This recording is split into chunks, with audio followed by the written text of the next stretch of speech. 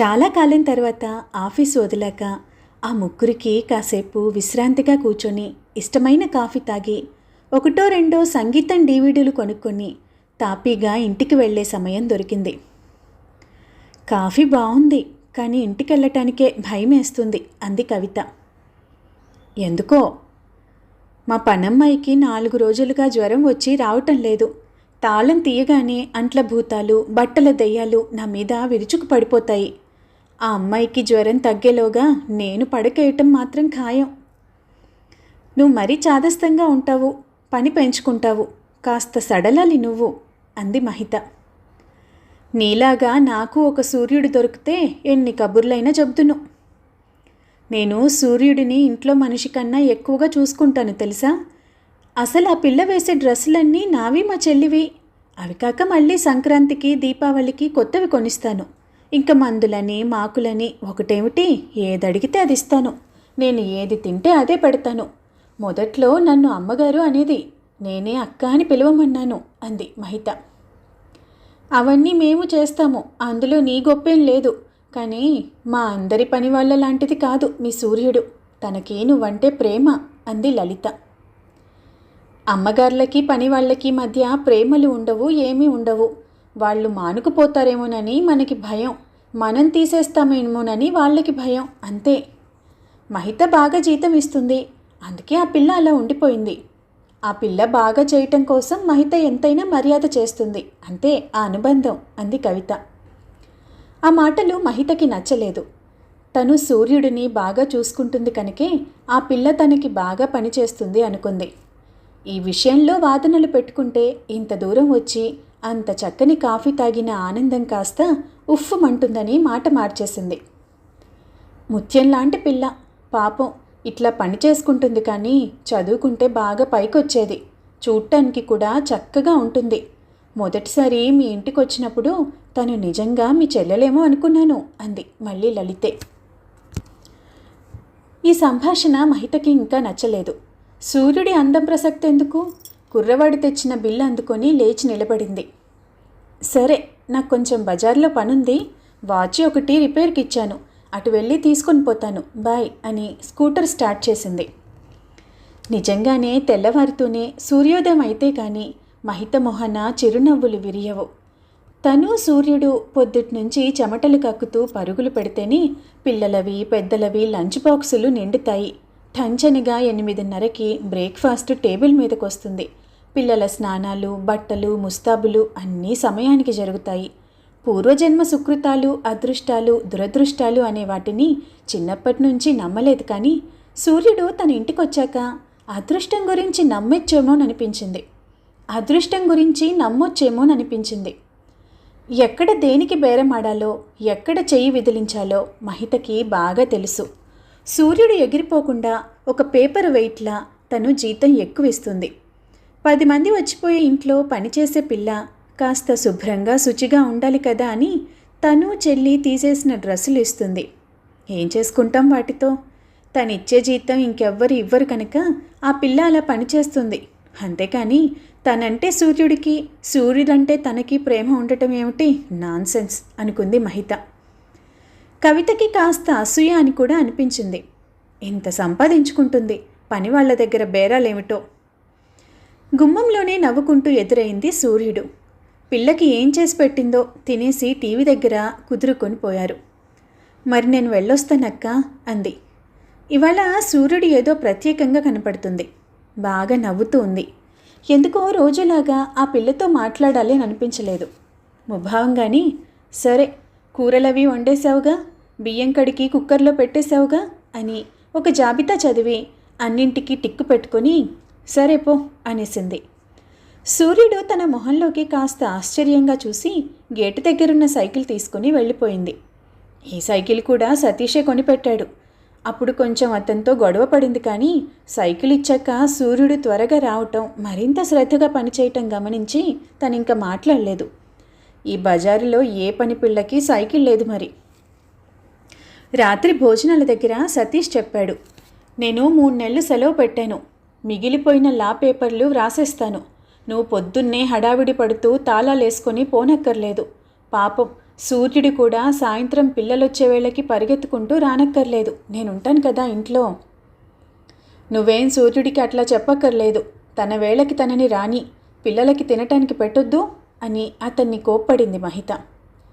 సతీష్ ఇంట్లో ఉంటే తనకి చాలా సాయం చేస్తాడు, పిల్లల హోంవర్క్ కూడా చేయిస్తాడు, మంచిదే. కానీ అతను అలా ఏమీ మాట్లాడకుండా ఊరుకోడు కదా. సూర్యకుమారి, మహిత ముద్దుగా సూర్యుడు అని పిలిచే పిల్ల పేరు. ఆ పిల్ల రాగానే చెప్పేశాడు, ఇదిగో సూర్యుడు, నువ్వేం కంగారు పడకు, నెమ్మదిగా పని చేసుకో.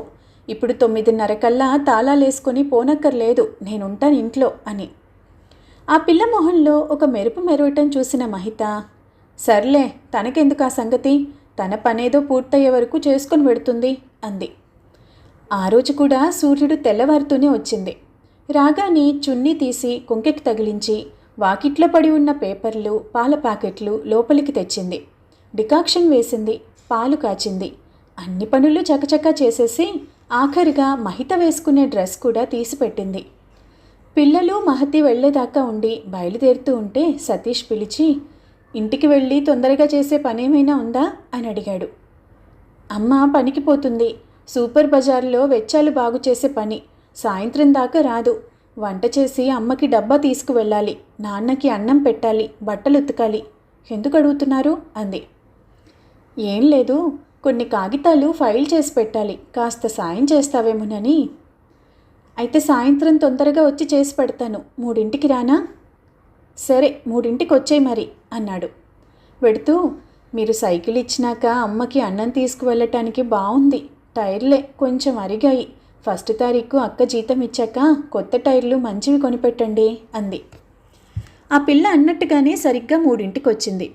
ఎక్కడెక్కడో ఉన్న లా పుస్తకాల గైడ్లు, నోట్సులు వెతికి అన్నీ దులిపి పెట్టింది. ఫైల్లో పెట్టడం చూపిస్తే చక్కగా పెట్టింది.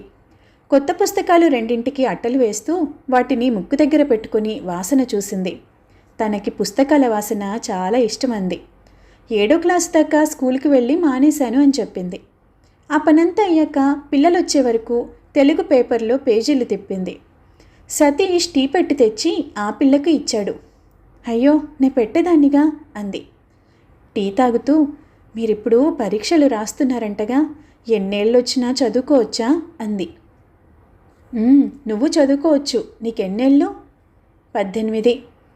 మధ్యాహ్నమంతా ఖాళీగా ఉంటావుగా, 7వ క్లాస్ పరీక్షకి చదువు, పుస్తకాలు తెచ్చుకో రోజు, నేనేమన్నా చెప్తాను, మనిద్దరం కంబైన్ స్టడీ అని నవ్వాడు.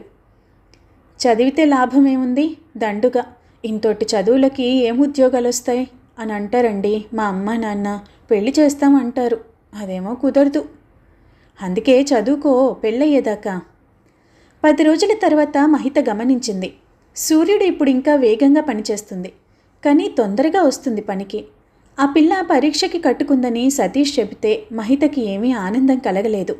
పైగా నిన్న సాయంత్రం తను రాగానే ఎగురుతూ వచ్చి, అక్క నా సైకిల్కి సారు కొత్త టైర్లు వేయించి పెట్టారు అని చెప్పింది.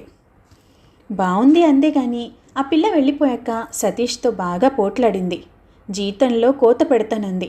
ఆ కోపంలో అక్కర్లేని పనులు కల్పించి చెప్పటం మొదలుపెట్టింది. తను ఎంతైనా ఇవ్వచ్చు కానీ సతీష్ ఎందుకు ఇవ్వాలి అనుకుంది. మరో 10 రోజులకి సూర్యుడి మాట తీరులో మార్పు కనిపించింది మహితకి. ఎప్పుడు తను ఏ పని చెప్తుందా చేద్దామా అని ఆత్రంగా ఎదురు చూసే సూర్యుడు ఇప్పుడు పనిలో ఎంత ఎప్పుడు తను ఏ పని చెప్తుందా చేద్దామా అని ఆత్రంగా ఎదురు చూసే సూర్యుడు ఇప్పుడు పనిలో అంత ఆతృత చూపటం లేదు. తను ఒప్పుకున్న పని మాత్రం ఖచ్చితంగా చేస్తుంది. లలితకి ప్రమోషన్ వచ్చిందని ఆ సాయంత్రం ఇంటికి టీకి పిలిచింది. మళ్ళీ కవిత అక్కడ సూర్యుడి ప్రసక్తి తెచ్చింది. ఆడవాళ్ల సంభాషణల్లో పనివాళ్ల ప్రసక్తి రాకుండా ఉండదు కదా. మళ్ళీ యజమాని నౌకరు సంబంధాల చర్చ వచ్చింది. ఇక్కడ యజమానులు లేరు, నౌకర్లు లేరు. మనం ఉద్యోగం చేసి జీతం తీసుకున్నట్టే వాళ్ళు ఉద్యోగాలు చేసి జీతం తీసుకుంటున్నారు అంతే అంది లలిత. ఒప్పుకున్న జీతం కన్నా మనకి పనికిరాని వస్తువులు ఎన్ని ఇచ్చినా అవి లెక్క కాదు, వాళ్ళకేం సంతోషం ఉండదు అని కూడా అన్నది. మహితకి ఆ సంభాషణ నచ్చలేదు. సూర్యుడు సతీష్ మీద చూపిస్తున్న శ్రద్ధ తన మీద చూపించటం లేదని మనసులో ముళ్ళు గుచ్చుతుంది. తన పనేమీ నిర్లక్ష్యం చేయనప్పుడు ఏమని అడుగుతుంది ఆ పిల్లని? నేను 1 వారం రోజులు పనికి రానక్క, అమ్మకి కాల్లో మేకు దిగింది, అదేమో కోతిపుండు బ్రహ్మరాక్షసి అయ్యింది, ఆపరేషన్ చేయాలంట, మా నాన్నకి కూడా బాగలేదు అంది ఒకరోజు పొద్దున్నే సూర్యుడు. ఆపరేషన్ రోజు సెలవు తీసుకో, వారం ఎందుకు అంది మహిత. మీ ఇంట్లో పనికి చేరి 2 ఏళ్ళయింది, ఎప్పుడన్నా ఒకరోజు మించి సెలవు అడిగానా అక్క? ఇప్పుడు కావాలి, నీకు సాయం సారు ఉన్నారుగా, ఎట్టాగో తంటాలు పడండి మరి అంది సూర్యుడు ఏమాత్రం జంకకుండా. వారం రోజులు సెలవు పెడితే జీతం కట్ చేస్తాను. చేసుకోండక్క, అట్లా అయితే ఇంకో వారం కూడా పెడతాను, పర్వాలేదు, జీతమేగా అంది. మరి కాసిని రెట్టింపులయ్యాక తనకి ఉందని ఇంతకాలం అనుకుంటున్న సంస్కారాన్ని మర్చిపోయి ఆ ఒక్క మాట అనేసి స్కూటర్ తీసుకొని ఆఫీస్కి వెళ్ళిపోయింది మహిత. మనసంతా చీదర చీదర పుట్టింది. ఇంటికొచ్చేసరికి అంతా మామూలుగానే ఉంది. అంట్లు కడిగి ఉన్నాయి. పిల్లలు టిఫిన్ ఏదో తినేశారు. సతీష్ బాల్కనీలో కూర్చొని సీరియస్గా చదువుకుంటున్నాడు. సూర్యుడు పనంతా మామూలుగానే చేసిపోయింది. దానికి తెలుసు ఇంకెక్కడ చేరినా ఇంత జీతం రాదని, ఇన్ని సౌకర్యాలు ఉండవని. రేపొక్కరోజు మానేసి ఎల్లుండదే వస్తుంది. మర్నాడు పొద్దున్న లేచి పేపర్లు తీసుకుంటూ గ్రిల్కి గొలుసుతో కట్టిన సైకిల్ చూసింది. అబ్బో, రోషం వచ్చినట్టుంది అమ్మగారికి అనుకుంది. సైకిల్ లేకుండా ఒకరోజు హాస్పిటల్ చుట్టూ తిరిగితే తెలిసొస్తుంది. 3 రోజులైనా సూర్యుడు ఉదయించలేదు. సతీష్ ఎంత సాయం చేసినా తనకి ఒళ్ళంతా నొప్పులు. పని అలవాటు తప్పిపోయింది. ఆఖరికి బీరువాలో బట్టలు తీసుకోవటం కూడా అలవాటు తప్పింది. 15 రోజులైనా అంతలేదా మనిషి? ఎంత పెట్టినా అంతే, వాళ్ళ నైజమే అంత అంది కవిత.